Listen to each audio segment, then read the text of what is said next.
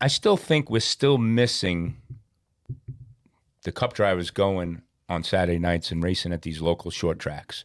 Going to Tell that to Kyle Larson. yeah. Yeah.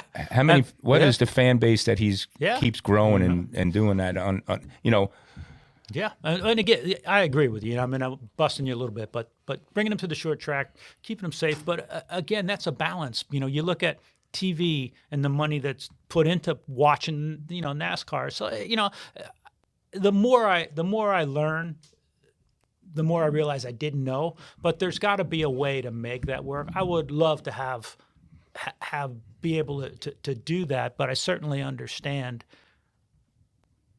how. I'm trying to figure out how to say this. The drivers are getting paid to do certain things now. So it would have been great to grab those 15, 16 cars that you built, and bring them to Stafford Motor Speedway for a night and have 16 drivers, which they're going to be getting paid to do anyway, and go put on a show and set up the trailers, the novelty trailers, get the things, and have it been part of NASCAR, and then having these little kids have a dream. Right, and seeing all these things and doing what needs to be done. I mean, that's how we were brought up, right? And I know the world's different, but you're still a kid, and you still have dreams, and you still have heroes, right? And how are you going to create this, right? On the internet, social media?